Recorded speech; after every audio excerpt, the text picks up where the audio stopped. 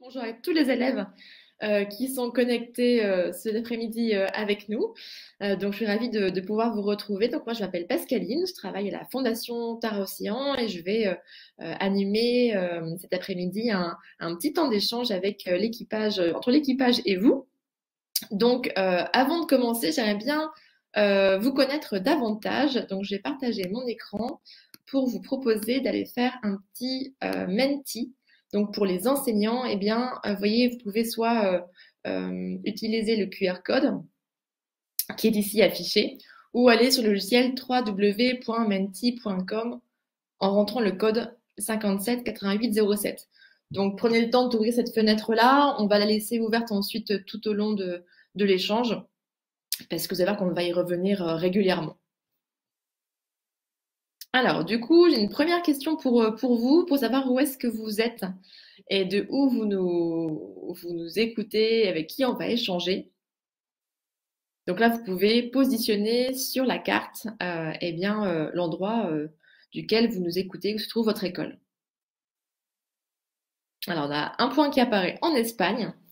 Donc, ça doit être le lycée français international de Molière, avec les CM1, CM2 de Pascal Devlet-Choudéré. Donc, bienvenue. On a probablement aussi pas mal de petits points en France qui vont s'afficher. Voilà, donc on a des petits points, des gros points, hein. Là, on n'est pas très précis, voilà, mais on est sur la France.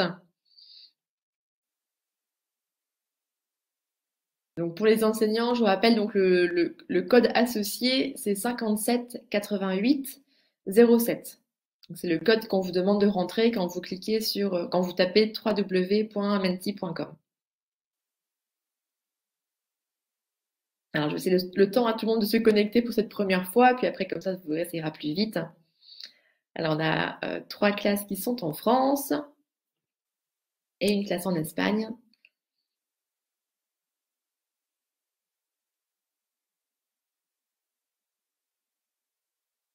Donc, si j'ai encore mon petit registre, effectivement, on aura une majorité de classes en France, hein, donc plutôt des élèves de primaire. On va vous demander tout ça après. Voilà, donc là, on a 9 écoles qui se sont positionnées déjà. Ok, bon, c'est super. Je vois que vous avez trouvé et pris en main le Menti. Alors, j'ai une deuxième question pour vous. Restez toujours bien connectés. Dans quelle classe êtes-vous? Donc là, vous pouvez nous taper le niveau de votre classe.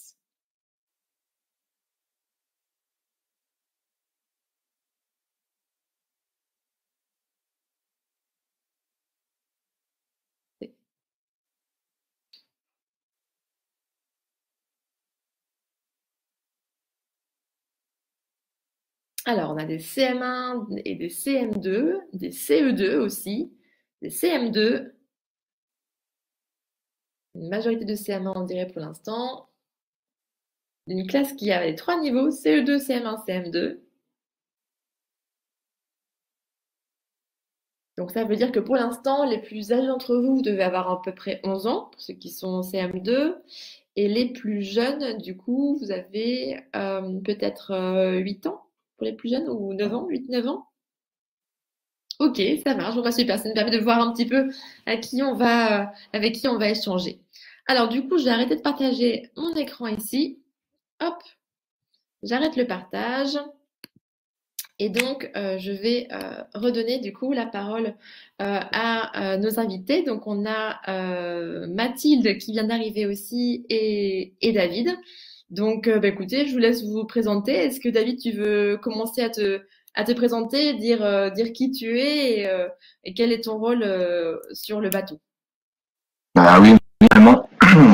Euh, moi, je suis marin à bord de Tara, responsable de l'entretien du pont, mais aussi on peut faire différentes choses. Et puis, voilà, je suis client, comme le bateau. Moi, je suis en rang encore une semaine, et puis je vais retrouver le bateau dans une semaine pour finir la préparation au début de la prochaine édition. D'accord, merci David. Donc Mathilde, tu es aussi connectée. Bonjour à toi. Est-ce que tu peux te présenter et nous dire quelle est ton expérience à bord avec la Golette Tara? Ok, bah bonjour à toutes et à tous. C'est chouette parce qu'aujourd'hui je vous vois un peu. Et du coup, moi je m'appelle Mathilde Bourreau et je suis en thèse, donc j'étudie le passé du phytoplancton en Antarctique. Et pour ça, je travaille avec des carottes de sédiments qui sont collectées tout au fond de l'océan. Et j'essaie d'étudier comment les changements climatiques passés ont impacté bah, ces micro-organismes. Et du coup, sur Tara, moi je suis partie de Cape Town en Afrique du Sud jusqu'à Walvis Bay en Namibie. Et du coup, moi, j'étais en charge de collecter beaucoup justement ce plancton pour ensuite le dispatcher dans les différents échantillons qui sont envoyés dans différents laboratoires à travers le monde. Ok, bah merci beaucoup Mathilde. Du coup, on voyait donc pour les élèves, voyez, vous avez à la fois un marin et une scientifique pour répondre à vos questions sur, eh bien, sur toutes les questions qui peuvent vous passer par la tête autour de Tara. Alors, comment on va faire? Donc là, pour les enseignants, si vous souhaitez prendre la parole, enfin poser des questions, il y a deux façons.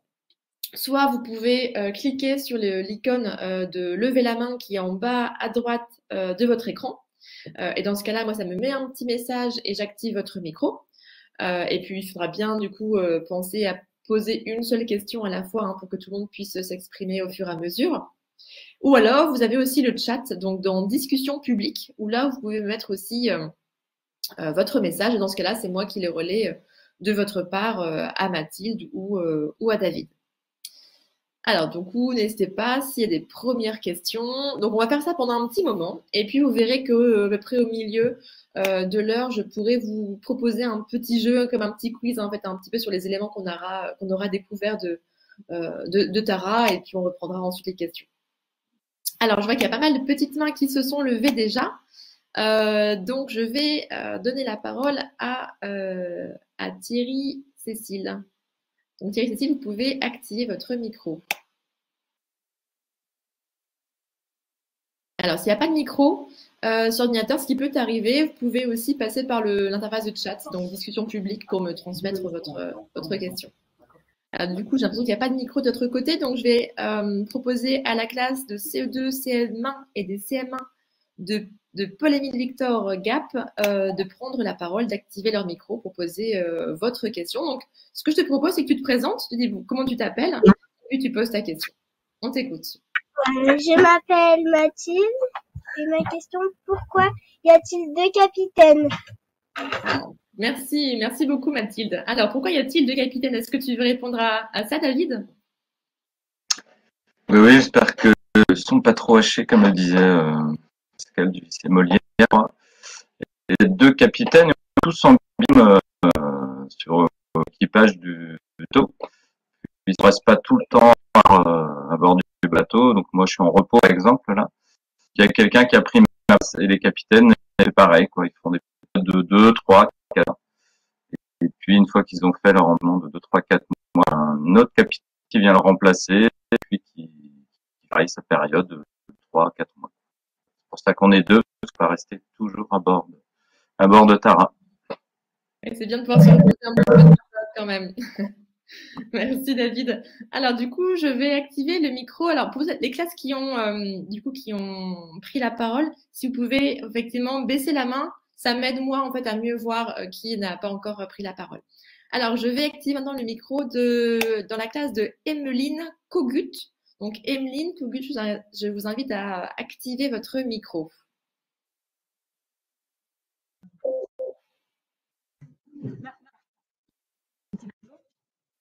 Bonjour. Bonjour. Je m'appelle Elijah et j'ai 8 ans. Bonjour Elijah. Quel est votre plus beau souvenir pour le monsieur qui est marin? Quel est le plus beau souvenir en tant que marin? Oui. D'accord. Alors du coup, c'est encore une question pour toi, David. Quel est ton plus beau souvenir? Puis on pourra aussi poser la question à Mathilde de son plus beau souvenir en tant que scientifique. En tant que scientifique à bord, parce qu'on a plein.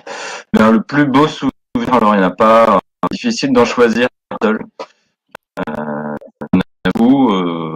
Qu'avec Tara, on va dans différents pays, différents endroits, et tous les endroits différents, et puis il y a des choses plutôt belles un peu partout. Si je sais pas, faut en choisir un en fonction des expéditions. Là, la dernière, comme on disait tout à l'heure, il y a des périodes dans le bateau en repos, donc on peut pas tout faire tout le temps à bord. Mais Georgie du Sud, par exemple, c'est assez extraordinaire. C'est un bon souvenir avec beaucoup de vis encore. Voilà. Et la Géorgie du Sud, eh bien, c'est la dernière île avant d'arriver en Antarctique. L'Amérique du Sud, voilà.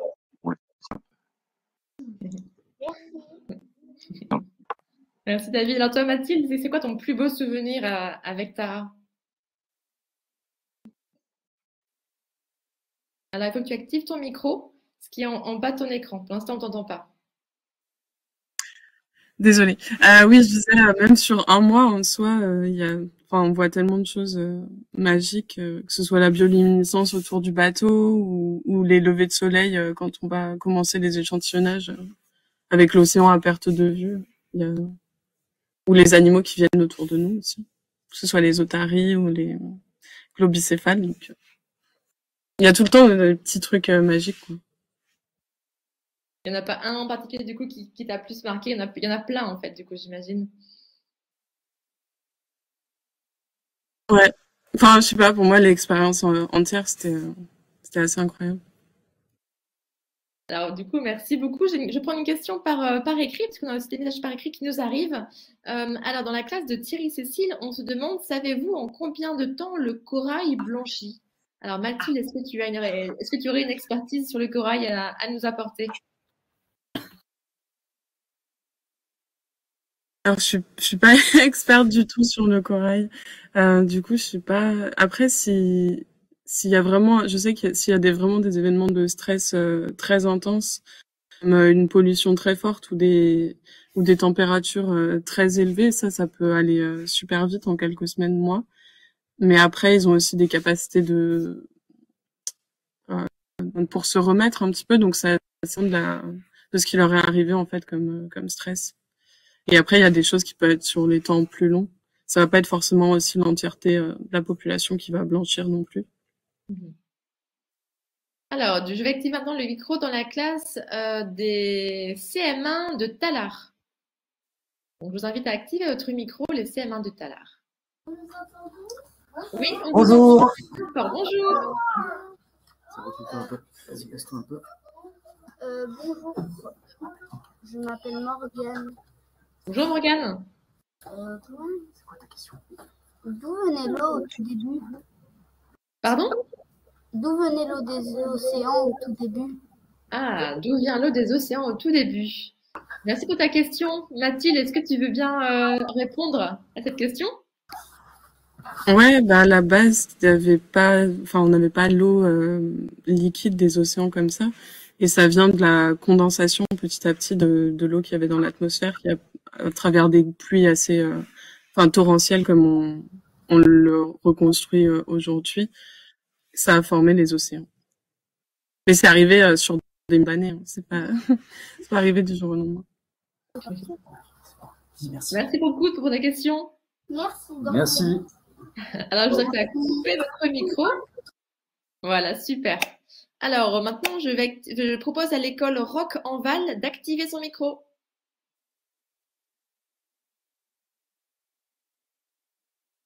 Alors, l'école Rock en Val, vous pouvez activer votre micro. Ou alors passer par écrit. Ah, ça y est. Vas-y. Bonjour, je m'appelle Liam. Est-ce que vous utilisez des énergies renouvelables sur le bateau? Ah, très bonne question. Merci Liam pour ta question. David, du coup, je te laisse répondre à Liam. Bonjour. Des énergies renouvelables, c'est un peu compliqué. Tara, on a essayé donc les éoliennes et puis ça fonctionne pas très bien. Au contraire, même ça nous pose problème de la production d'électricité. Et les panneaux solaires, c'est un petit peu pareil, quoi. C'est un discussion, puis on aimerait bien l'énergie, en tout cas, faire mieux que ça. Et après, dès qu'on a du vent, là, comme on voit du bateau, et ben on utilise le vent pour faire avancer le bateau et éviter d'utiliser les moteurs que c'est possible, quoi. De la production d'électricité, piqué sur Tara, ce bateau qui commence à être ancien. Beaucoup de choses qui ont été faites 30 ans à bord là, et ça crée des coquilles. Donc pour l'instant, on n'a pas de solution. Il faut utiliser le vent ou le soleil, par exemple, pour produire de l'électricité. Merci David. Alors, un petit peu haché de ton côté. Donc n'hésite pas à parler bien doucement hein, pour qu'on comprenne bien parce qu'il y a des petites coupures de temps à autre de ton côté. Alors, j'ai une question de la classe de Francine, l'école Adolphine Borel, par écrit qui nous demande d'où viennent les icebergs. Mathilde, est-ce que tu pourrais nous éclairer sur la provenance des icebergs? Alors, du coup, les icebergs, ça vient principalement, en tout cas en Antarctique, là, si on parle de là-bas, c'est la calotte, du coup, de glace de l'Antarctique, et ça va être des bouts qui se détachent et après qui se retrouvent, comme là, on voit sur la photo, au milieu de l'océan. Donc, tu peux en trouver en Antarctique, tu peux en trouver ailleurs aussi? Ouais, t'en as en Arctique aussi. Bah, globalement, ça part des pôles. Ok, donc attention à la navigation quand on croise des icebergs. Alors, j'active le micro je propose à la classe de Nathalie Pagnon d'activer son micro.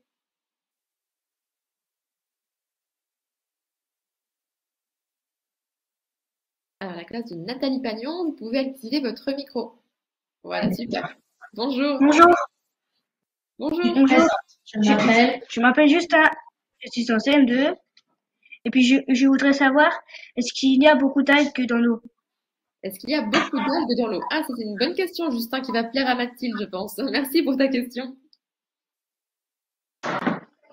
Ouais, bah surtout les microalgues, donc qui sont les algues unicellulaires. Ça, t'en as des milliers, des millions dans l'eau. Et ça, on le voit très bien, notamment sur le lake que j'avais fait avec Tara. On avait des filets qui étaient complètement remplis de microalgues. Les premières stations qu'on a fait en sortie de Cape Town, on avait tellement de microalgues dans notre eau que après les avoir collectées, on avait de l'eau très foncée. C'était assez impressionnant. Donc voilà, en photo, il y en a un petit peu. Et du coup, tu peux nous parler un petit peu peut-être des formes que l'on peut voir qui sont assez hallucinantes, tandis ce qu'on voit sur la photo, là, ça a l'air un petit peu... Les algues.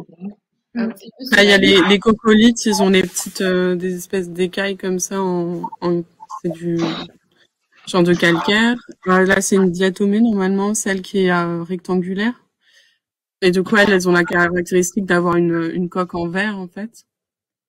On a un dinoflagellé aussi, celui qui a les deux pics en haut et une pique en bas. Et les formes, elles sont très variables. Pour les diatomées, on a plein de formes. Il y en a qui ont des formes de triangle, d'autres plus allongées.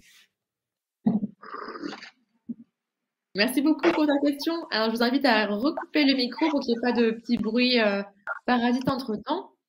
Pareil pour, du coup, Pascal n'a pas de micro, donc il n'y a pas de souci. Alors, je propose au CM2A de la Clé des Champs de prendre la parole cette fois.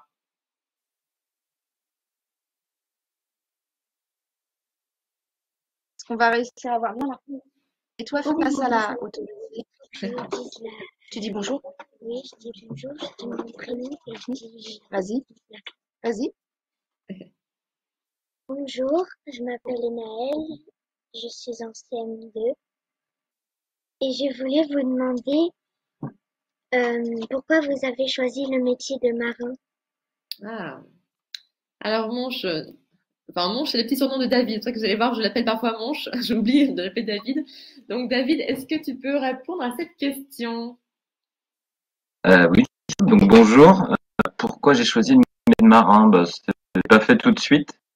Voilà, c'est un processus et puis histoire de rencontres et d'opportunités. Moi, j'ai été moniteur de plongée avant pendant plusieurs années. Puis en 2015, j'ai passé un brevet de marin parce que je voulais continuer à faire de la plongée et puis des gens voir des baleines, des dauphins. Et puis j'ai trouvé que Tara cherchait un marin et plonger sur Tara Pacifique pour élever les coraux. Donc voilà, comme ça, je suis devenu marin l'émotion a pu naître aussi du fait que j'ai grandi en bord de mer et que j'aurais été proche de mer. Donc voilà. Il y a toujours eu un lien particulier avec la mer. Qu'est-ce que tu peux, qu'est-ce qui te plaît particulièrement dans ce métier de marin, du coup, David?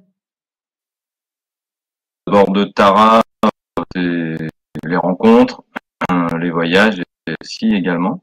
Et puis sur Tara en particulier, c'est de participer à ce projet d'étudier l'océan, de le partager avec tout le monde comme vous au niveau des classes, puis laboratoires, projets qui soient chiliens, brésiliens, américains également.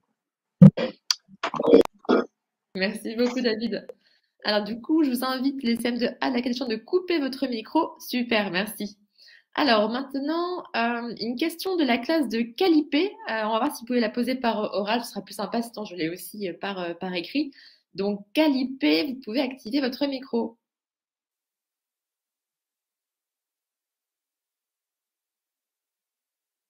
Lilou. Bonjour. Bonjour. Bonjour, on vous écoute. Pose ta question. Sans lire. Est-ce que vous êtes déjà fait bloquer par la glace? Ah, une question pour David. Est-ce que le Tara a déjà été bloqué par la glace? Alors, ça a été fait pour aller dans les régions polaires, donc dans les glaces, que ce soit au pôle Nord ou au pôle Sud, l'Arctique ou l'Atlantique en bas. On a fait une mission où ils se sont volontairement fait casser, donc bloquer les glaces. 2006-2008, c'était la dérive arctique, voilà, qui a duré plus de 500 jours.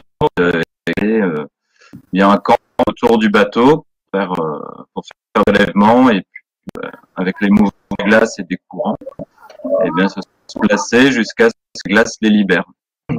Ils sont restés bloqués jusqu'à ce que la glace s'en aille. D'accord. Merci, tu dis. Voilà. Là, c'était volontaire. Après, nous, on est allé dans des bords de petits glaciers ici. Et puis, on a rencontré des petits icebergs, mais on a resté pas coincé. Et voilà. Merci pour votre question. Merci. Alors, je vous invite à recouper votre micro. Et puis vous verrez, vous allez peut-être entendre parler un petit peu dans les mois et les années à venir, parce que la Fondation Tara va construire un deuxième bateau qui sera vraiment dédié aussi à l'étude de la banquise, donc il sera à nouveau volontairement emprisonné dans la banquise, mais vous allez en entendre parler un petit peu dans les mois qui vont arriver. Alors du coup, je propose aux élèves de l'école A Borel en Guadeloupe de prendre la parole.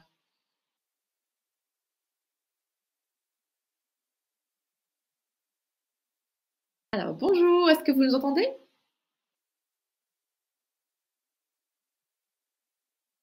Sinon, j'ai votre question à l'écrit aussi.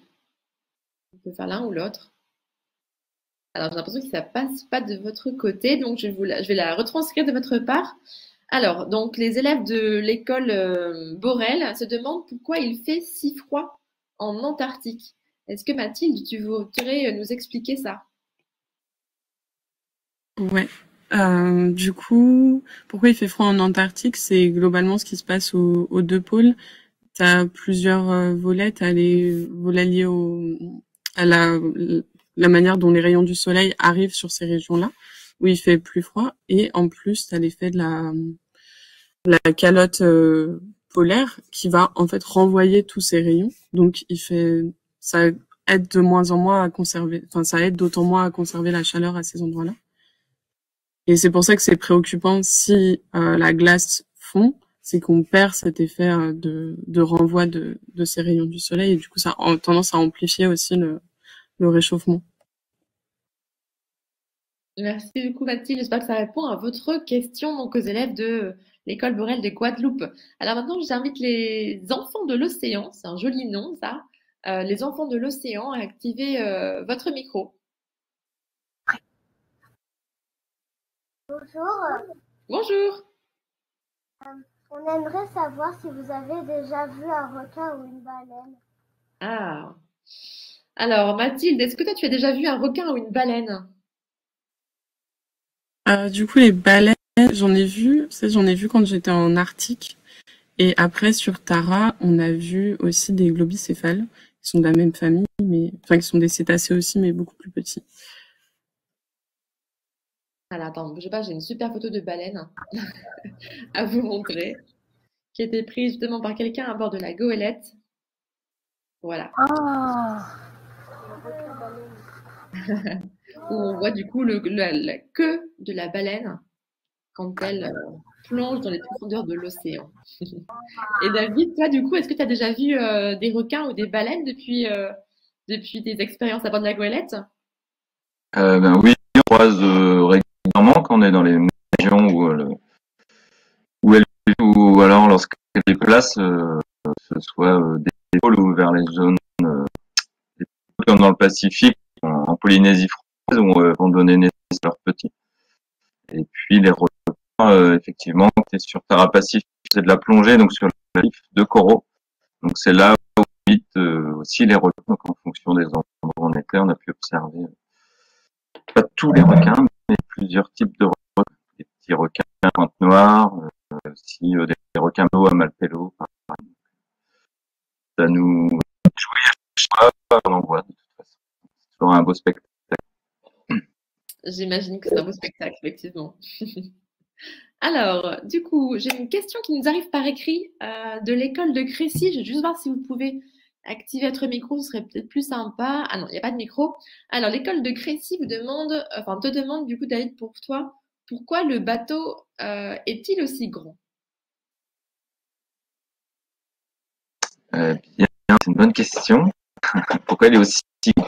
Alors ça, déjà de calcul pour lui permettre de flotter correctement et puis permettre aussi d'accueillir tout le monde, puisqu'on est 14 à bord sur la dernière expédition, en tout cas, que ce soit scientifique et puis des marins, un journaliste et un correspondant de bord également. Et puis, il faut de la place pour les moteurs, pour le trot aussi, par exemple, pour la route ou les filets à l'eau. Il nous faut on a besoin de place, réfrigérateur, congélateur pour la nature, pour conserver les échantillons. Et même si elle fait 30 mètres de long, qui est grand pour des bateaux de plaisance, peut-être on est petit à côté d'autres bateaux. Oui, effectivement. Alors, il nous manque toujours un peu de place. C'est pas aussi grand que pour tout le matériel qu'on va avoir à bord. Faut faire un petit peu de place dans un autre. Alors, du coup, je vais proposer. Faut bien ranger, ouais. C'est ça. C'est comme une chambre, hein. Faut bien la ranger, sinon après on est un peu débordé. C'est un peu pareil sur Tara. Alors, du coup, je vais proposer aux élèves au CE2, CM1 et CM1 Paul-Émile Victor Gap de prendre la parole.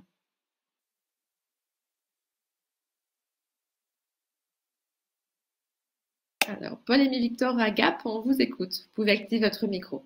Bonjour, je m'appelle Inaya, j'ai 9 ans et ma question c'est combien êtes-vous sur Tara? Merci pour ta question. Alors, David, est-ce que tu peux nous éclairer par rapport à ça? Oui, donc on est sur la dernière mission. On est 14 en tout à bord. Donc il y a 6 marins et puis 6 scientifiques. Et donc ça fait 12. Et ensuite, on a un commandant de bord, donc un journaliste et puis un ou une artiste également, qui sont avec à bord entre 2 escales. Ça fait du monde. Une petite photo aussi. Hop. Alors, vous allez voir quelques-uns des membres d'équipage. Voilà. On a quelques marins là qui sont montés sur la baume du Grand Mât pour faire coucou lors du retour de Tara. Donc on voit qu'il y a plein de monde différents. Alors on a pas mal de questions qui arrivent par écrit aussi, des questions scientifiques qui vont être pour toi Mathilde. Alors il y en a plusieurs. Alors on va commencer par le plancton. On dit tout à l'heure, c'est l'école de Serge Mousset à Stockholm qui te demande à quelle profondeur de la mer trouve-t-on du plancton?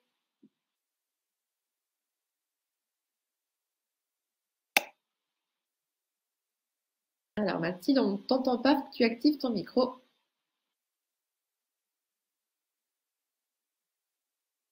Alors, est-ce que tu es encore avec nous, Mathilde?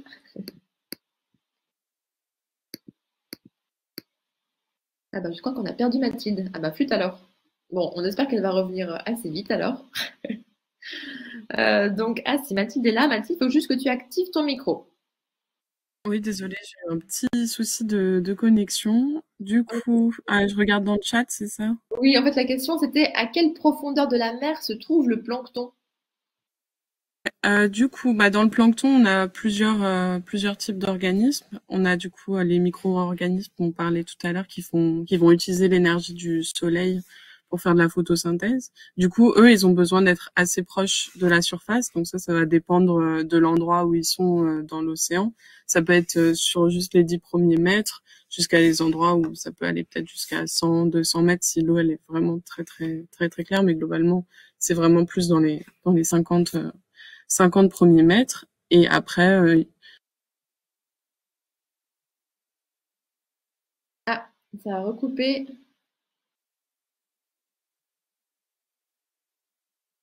Ah, je pense qu'elle Mathilde a des petits problèmes de connexion, j'ai l'impression. Des petits problèmes de son. Alors du coup, entre-temps, je vous invite à regarder les photos de plancton, hein, qui sont des espèces qui ont été pêchées lors des prélèvements scientifiques de la goélette Tara. Donc il y a ce qu'on appelle le plancton végétal et le plancton animal. Ah, on a Mathilde qui revient. Tu m'entends à nouveau, Mathilde? ouais, du coup, je sais pas ce que j'ai dit ou pas, mais bon, je pense que t'as bien complété. Ok, alors du coup, j'ai encore une petite question pour toi. Comment les animaux marins font-ils pour survivre au froid? Ça, c'est une question qui nous vient de l'école Borel en Guadeloupe. Ouais, du coup, les animaux marins, pour survivre au froid, ils ont beaucoup de graisse, globalement. C'est ça qui va pas mal les aider. Ils sont bien isolés par rapport à ça. Donc, tout ce qui est phoque, baleine et tout. Ils ont une couche assez épaisse de gras qui va leur permettre de bien s'isoler. Et aussi un petit peu de fourrure pour certains. Et encore une question scientifique. À quelle température se forment les icebergs? C'est toujours une question de l'école de Borel. Alors les icebergs, ça dépend parce que donc du coup comme ils se forment bah, à partir des glaciers notamment, ça peut être parce que oui du coup le glacier se réchauffe un peu et du coup a tendance à être plus fragile, mais sinon ça va être au moment où le glacier rentre dans la mer et par contrainte mécanique que que les morceaux du glacier vont se détacher ou de morceaux de banquise, choses comme ça. Merci beaucoup, Mathilde. Alors, du coup, j'ai une question aussi dans le chat, Monche, qui est plus sur les bateaux. Est-ce que certains bateaux qui sont peut-être dans la banquise ont coulé?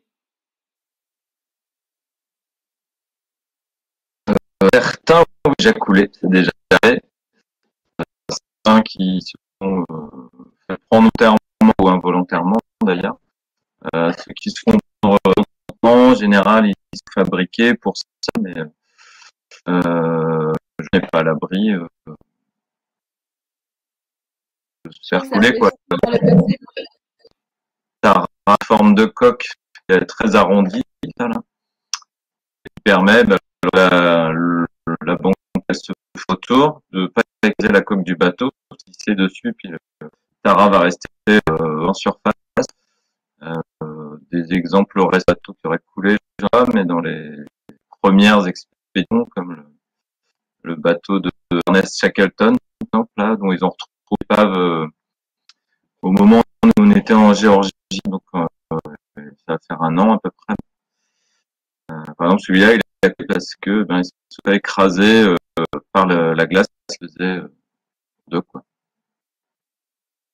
Il faut vraiment un bateau spécifique pour les glaces, il ne faut pas y aller n'importe quel navire. Alors, je vous propose à la classe de Thierry Cécile d'activer votre micro.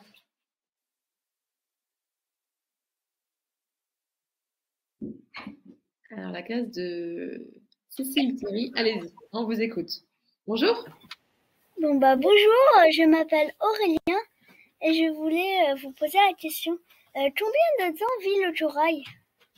Combien de temps vit le corail? D'accord, ok. Alors, ça, c'est une question pour Mathilde. Alors, je suis pas spécialiste des coraux, donc en vrai, je sais pas vraiment.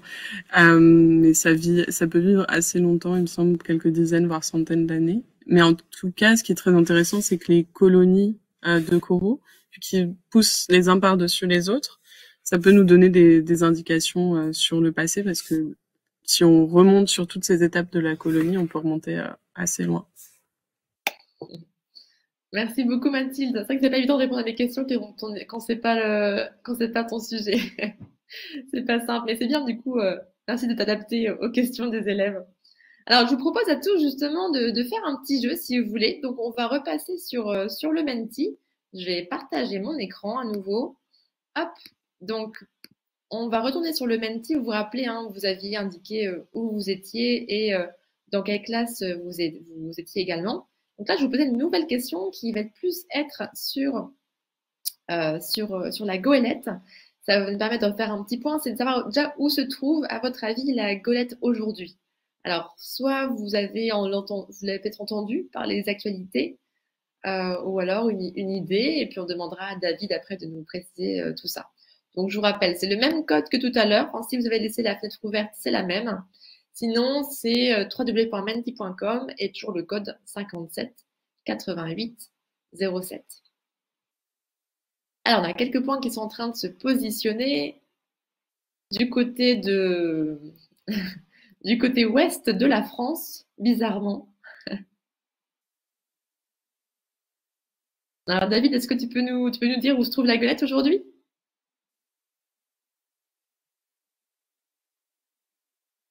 Eh bien oui, la goélette, elle est à Arians, en Bretagne, en France, puisqu'elle est en réparation depuis fin novembre.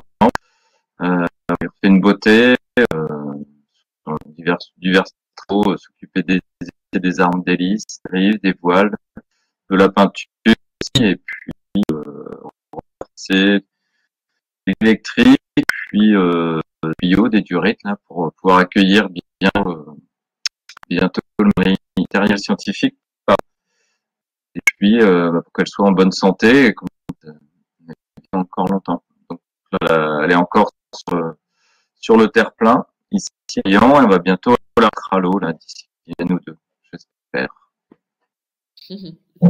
Merci David. Donc effectivement, elle est en Bretagne. Bravo pour ceux qui avaient identifié cette information-là.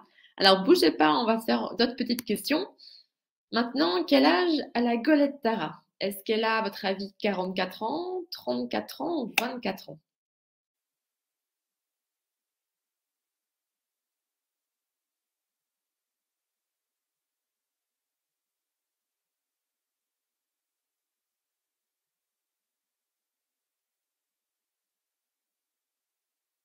Alors pour l'instant, on a 4 votes qui sont unanimes sur 34 ans. On va voir ce que pensent les autres. Il y en a qui pensent qu'elle est plus jeune quand même, qu'elle aurait que 24 ans. Alors David, est-ce que tu peux nous éclairer par rapport à ça? Elle a quel âge cette goélette? Eh bien oui, elle a 30 ans parce qu'elle a été construite en 1989. Elle ne s'est pas toujours appelée Tara. Son premier nom, c'est Antika. Ça a été Simada. Et elle s'appelle Tara depuis 2003. Donc elle a le nom lui-même à 34 ans. Tara va faire 20 ans cette année. Elle s'appelle Tara. Merci beaucoup. Donc effectivement, elle a été construite par Jean-Louis Etienne, qui est un monsieur qui aime beaucoup la mer et qui a exploré aussi les régions polaires.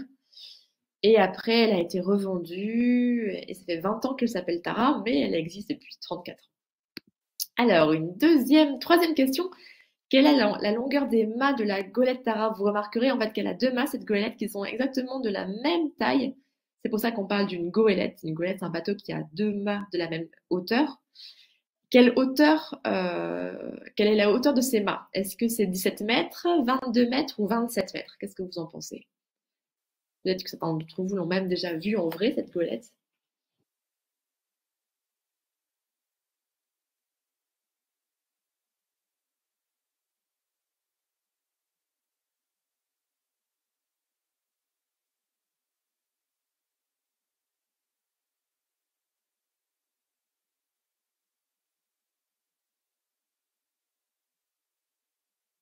Alors pour l'instant, on a un gros paquet de points bleus sur 22 mètres.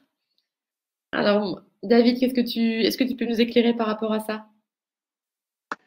Moi je suis donc sur le pont, on grimpe régulièrement des mâts pour vérifier tous les haubans, etc. Et quand on est en haut, on est à 4 mètres au-dessus de l'eau. Les mâts, ils font 27 mètres, parce qu'ils sont posés. 27 mètres, c'est ça que tu dis? 27 mètres. 27 mètres, vous voyez, du coup, ils sont plus grands que ce que tout le monde imaginait. 27 mètres de hauteur. Effectivement, ça va être impressionnant quand on est tout là-haut perché alors. On est vue, ouais, c'est joli. C'est ça, il y a une jolie vue.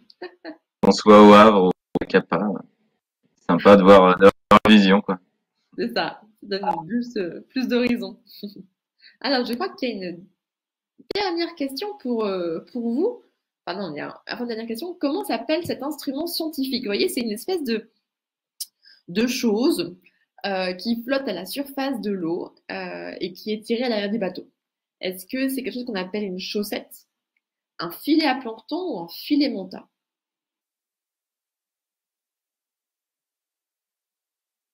On demandera à Mathilde de nous éclairer sur cette drôle d'instrument scientifique.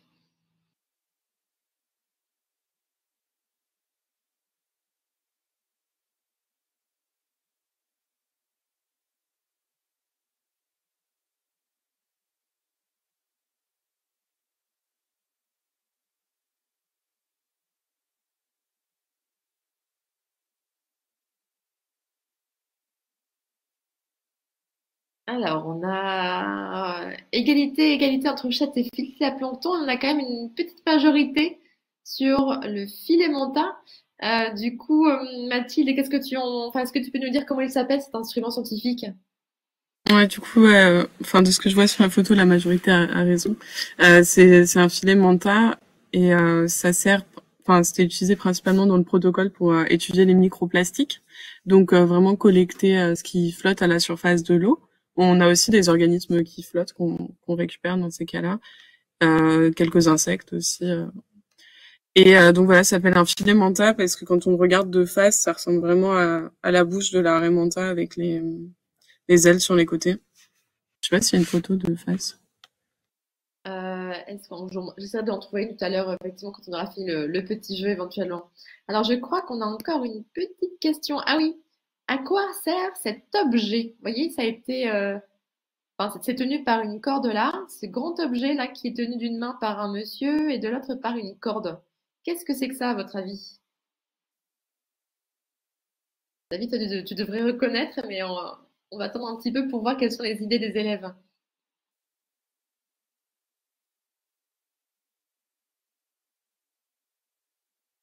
Alors, pour l'instant, ça vous scotche cette image, hein? Qu'est-ce que ça peut bien être?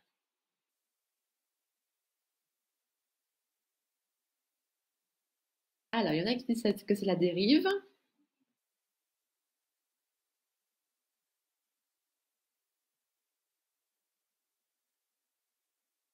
C'est quelque chose qui sert à faire monter les voiles, à ramasser les déchets.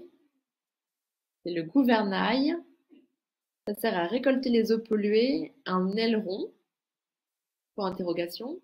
C'est quelque chose qui sert à réparer la coque, le gouvernail, encore une fois, la dérive.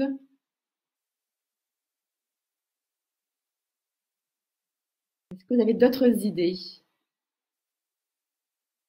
Un gouvernail encore. Quelque chose qui sert à attraper les déchets, à aller faire des prélèvements sur les coraux. Ok. Alors, on va demander à David de nous éclairer. Qu'est-ce que c'est, David, cet objet? Assez volumineux d'ailleurs. Oui, c'est volumineux. Ça, c'est un safran, donc c'est un de gouvernail. C'est un des deux gouvernails qui est là, a été sorti. Ça, c'était fin novembre, tout début du chantier de réparation voilà, et en ce moment, voilà, on a des petits soucis de fonctionnalité. Vous pouvez voir qu'il y a deux volets, un tout en bas au milieu, parce que la Tara, on peut aller dans des eaux très peu profondes. Donc les rives, on peut les remonter dans la coque, et on peut aussi les remonter, ce qui nous permet d'aller dans des peu profondes et de quand même pour diriger le bateau. Donc on peut dire que Goulaï, c'est une bonne réponse. C'est pas évident. C'est vrai que quand on le voit comme ça, c'est pas évident d'imaginer. Donc bravo à ceux qui ont trouvé cette réponse. Hop, je crois qu'on a. Ah voilà. Maintenant, un petit message. J'aimerais savoir ce que vous voudriez, enfin les élèves, vous voudriez dire aux membres de l'équipe Tara. Donc pas forcément une question, mais qu'est-ce que vous voudriez leur dire? Parce que du coup, David et puis Mathilde aussi, avec les équipes de chercheurs, ils vont voir les autres membres de l'équipe de Tara prochainement. David, là, il est en repos, mais après, il va remonter sur le bateau et travailler encore sur le chantier. Est-ce que vous avez un message que vous voudriez faire passer à l'équipage Tara et que vous voudriez donner là aujourd'hui à David et Mathilde? Et un grand merci, déjà c'est sympa. Un bravo, un premier soin de vous.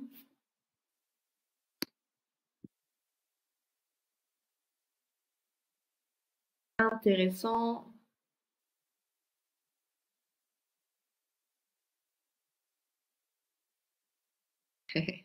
Votre projet est super. Tu vois, c'est plein de bonnes ondes tout ça. Du coup, David, tu vas pouvoir transmettre à l'équipage là un bonjour. Eh oui, se dire bonjour ou se dire au revoir. J'ai tout noté, c'est très gentil et puis je pense que le message Tu vas assez transmettre. vite. Alors, oh là là, il y a plein de mots qui apparaissent tout d'un coup là. Oula. Alors, merci pour les ressources, bravo pour le travail, super fort pour la nature, merci d'avoir répondu. On va encore avoir le temps de se prendre quelques petites questions, hein, vous inquiétez pas. Courageux, bonne chance. Merci pour nous. Incroyable. Bon courage. Bonne chance. Super. C'est super sympa. Alors du coup, on va arrêter ici le petit menti. Et puis si vous voulez, on va reprendre. On a le temps encore de prendre quelques questions. On a encore une petite dizaine de minutes ensemble. Donc on va repasser sur ici sur le Big Blue Button. Il y a encore pas mal de petites mains qui sont levées. Alors du coup, je propose par exemple aux élèves de Emmeline Kogut de prendre la parole si vous le souhaitez.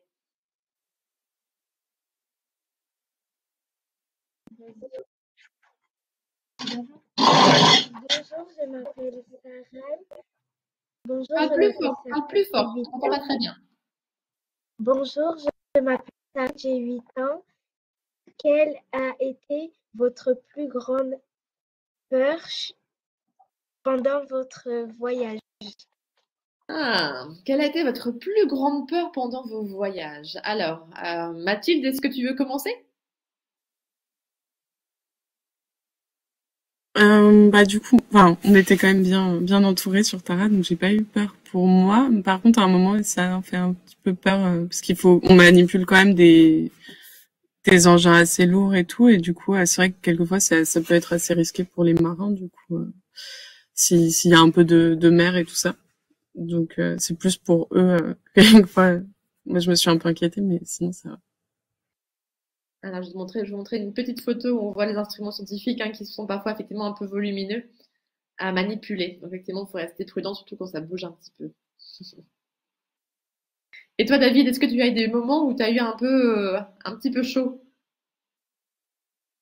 Merci Mathilde, t'inquiète pour nous.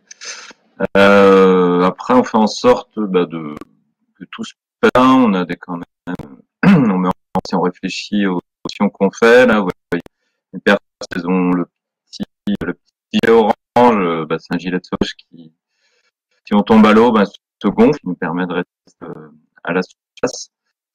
Après, des moments, voilà, combinaison de survie, le bâtonnet à prendre l'eau et commencer à couler.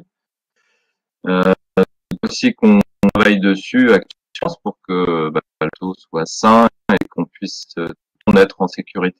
Donc, on est aussi en formation de pompiers par exemple, pour pouvoir éteindre ce feu. Puis on a tout un système de pompe s'il y avait de l'eau à l'intérieur quand ça a coulé, etc. On est un petit peu quoi. Après peur, pas forcément peur, une situation qui est un petit peu plus compliquée. On est près des côtes où il peut y avoir plus de navires exhibitions, des petits bateaux de pêche au Brésil ou au Sénégal, par exemple, là, que nous on voit pas peut-être la nuit, parce que on voit le radar, eh ben pas de les voir, ou alors au dernier moment, donc ça peut être un peu plus chaud, quoi. Faut rester bien vigilant tout le temps.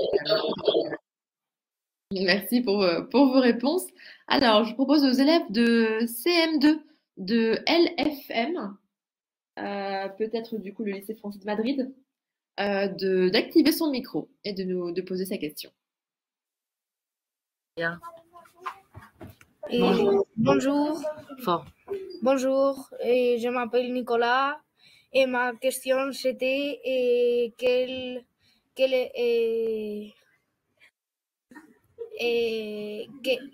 que vous faites quand il y a une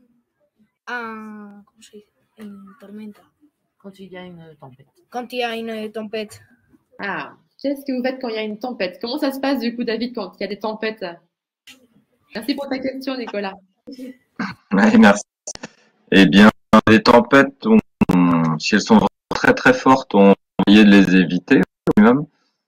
Pour ça, sur Terre, on a les prévisions météo, on regarde tous les jours, plusieurs fois par jour même. Mais puisque on aime naviguer donc pour faire guider Tara à la voile, il faut un peu de vent quand même. On va essayer, bien les petites tempêtes, on verra mettre d'avancer, mais si c'est vraiment trop gros, bien, on reste une journée ou deux, plus on part après, on essaie de ralentir ou de passer sans les grosses tempêtes. Voilà. Et tu peux nous commenter ce qu'on voit à l'écran du coup là, David? Ouais, on est dans la passerelle, c'est où on fait nos quarts, c'est-à-dire qu'on dirige le bateau jour et nuit. Donc on peut faire plusieurs choses, donc la planète des gaz, mais il y a des radios, les radars, voilà. Puis devant nous, il y a des GPS aussi. Et sur la droite, normalement, il y a les cartes aussi, et qu'elles soient papier ou électronique pour savoir où on est à peu près, ou dans quelle direction on va, et puis voilà. Dans l'endroit où on passe un petit peu de jour et la nuit aussi. Merci pour votre question. Du coup, je vous invite à couper votre micro. Je proposerais bien du coup au lycée Molière avec Pascal d'activer votre micro et de nous poser votre question. Alors, le lycée Molière. Voilà, super. Bonjour. Bonjour, je m'appelle Laura et je suis en CM2. Bonjour Laura.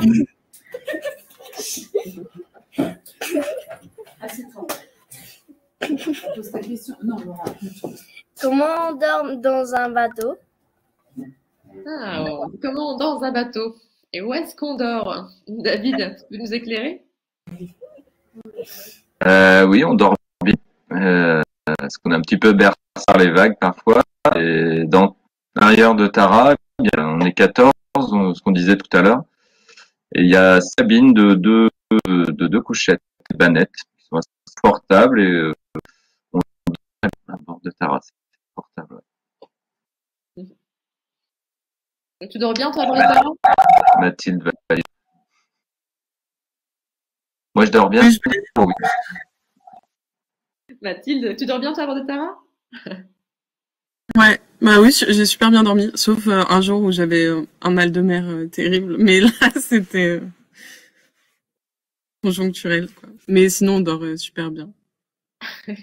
On est bercé. Merci du coup alors Laura ou Nora, je sais plus, Laura, pour ta question. Je vous invite à couper votre micro. Alors du coup on a encore 5 petites minutes, donc je vais regarder du côté du chat. Donc il y a les élèves de l'école de Stockholm qui se demandent quels sont les différents rôles à bord. Alors David, est-ce que tu peux nous réexpliquer les différents rôles des marins à bord? Et puis après on demandera aussi à Mathilde pour bien sûr les scientifiques.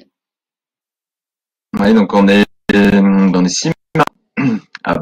On a tous moins un binôme.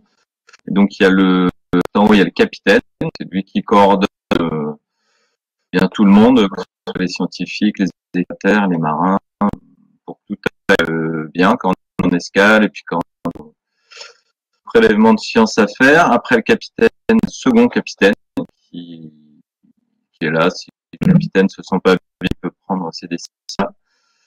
Ensuite, il y a un chef mécanicien et là pour s'occuper bien de ce qui est moteur du bateau, bien sûr, mais voilà, Loïc dans la et aussi le matériel scientifique qui prélève l'eau de mer, que tout fonctionne, autant électrique, mécanique.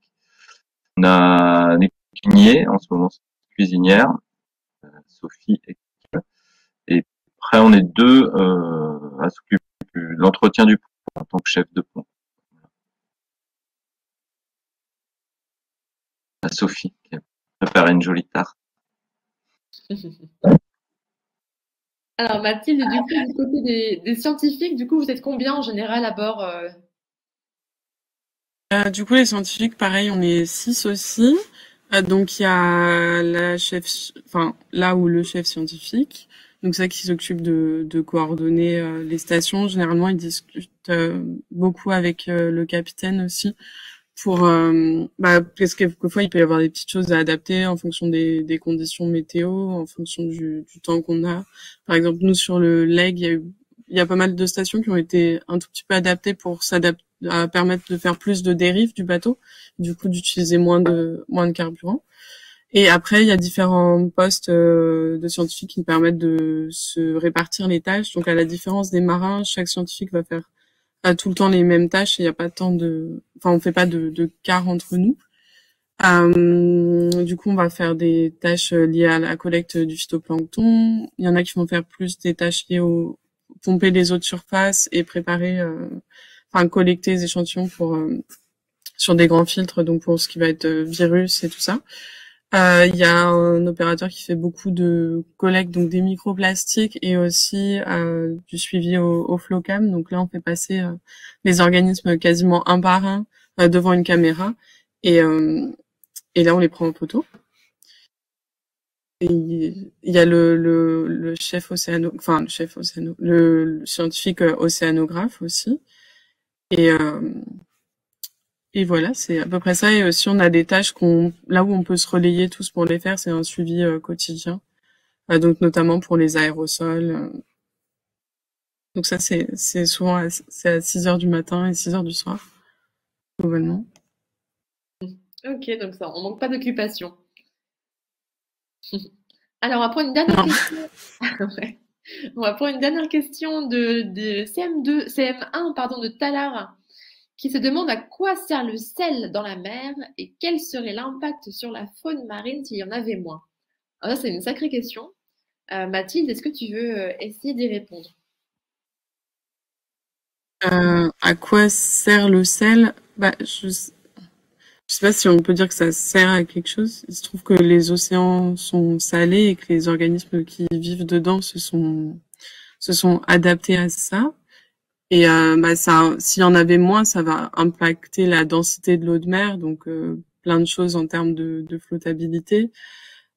Sachant que même au sein de l'océan, toutes les masses d'eau ont pas la même salinité. Donc par exemple, les masses d'eau froides qui sont dans les courants profonds, eux, ils sont plus salés. En surface, les eaux de fonte, par exemple, si on peut voir là, les eaux de fonte de glace, elles sont très peu salées. Donc on a déjà toutes ces différences de salinité de manière générale. Et donc, oui, effectivement, ça impacterait les organismes. Donc on aurait... Je sais pas, je pense que ce serait une planète à réinventer si on avait les océans qui étaient absolument sans sel. Effectivement, ce serait surprenant, mais effectivement, c'est une très bonne question en tout cas. J'avoue, bravo aux élèves parce que c'est très intéressant. Eh bien, écoutez, on arrive au terme de cette rencontre. Il est 15h et puis je vois que pour certains d'entre vous, c'est déjà la fin de la classe. Donc, on va s'arrêter là. Donc, merci beaucoup, Mathilde et David, d'avoir pris un petit peu votre temps sur vos vacances ou votre travail pour être présent avec les élèves. Toujours dire. Ouais, c'est sympa. Au revoir. Au revoir. Et à bientôt. Au revoir. Au revoir, bonne journée. Au revoir. Au revoir. Wouhou